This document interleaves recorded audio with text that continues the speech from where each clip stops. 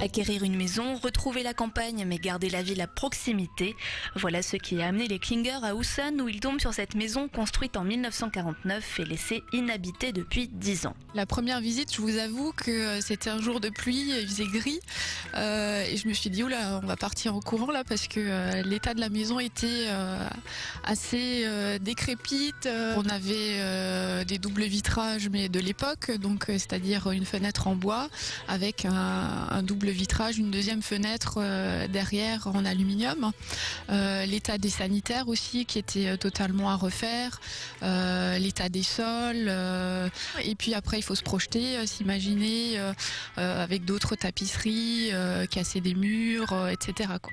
Tout était à refaire donc, et devant l'ampleur des travaux nécessaires, le couple décide d'y aller à fond et s'oriente vers des performances énergétiques optimales. Il a fallu donc réhabiliter quasiment tout en neuf, puisque depuis les années 50, il n'y a pas eu de travaux de rénovation importants. Donc ça nous engageait à un certain montant de travaux de rénovation.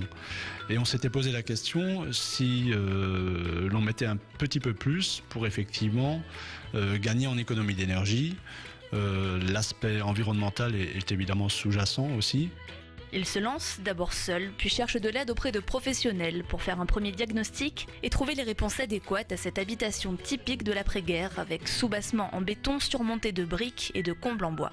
Ils ont fait un test d'infiltrométrie, ils ont vu là où vraiment ça pêchait. On a dû faire une étanchéité à l'air totale sur le premier étage. On était au niveau des fenêtres en triple vitrage. On a installé une VMC double flux. Et on a installé un chauffe-eau thermodynamique, donc qui récupère en fait la chaleur et qui consomme moins d'électricité. Dans le cadre des travaux d'une rénovation BBC, on a toujours des petites surprises. L'une d'elles fut quand même du fait du rajout de l'isolant de 20 cm sur la façade.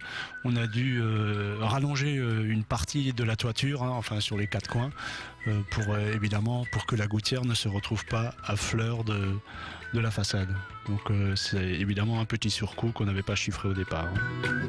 Les travaux thermiques sont revenus à 50 600 €, mais les Klinger ont pu bénéficier d'avantages financiers comme le crédit d'impôt par exemple, et les économies se constatent déjà sur la facture d'énergie divisée par 5. Quant aux émissions de CO2, il faut les diviser par 7. Alors il reste encore quelques travaux de finition, mais la maison est déjà parée pour garder la tête froide même aux plus chaudes heures de l'été.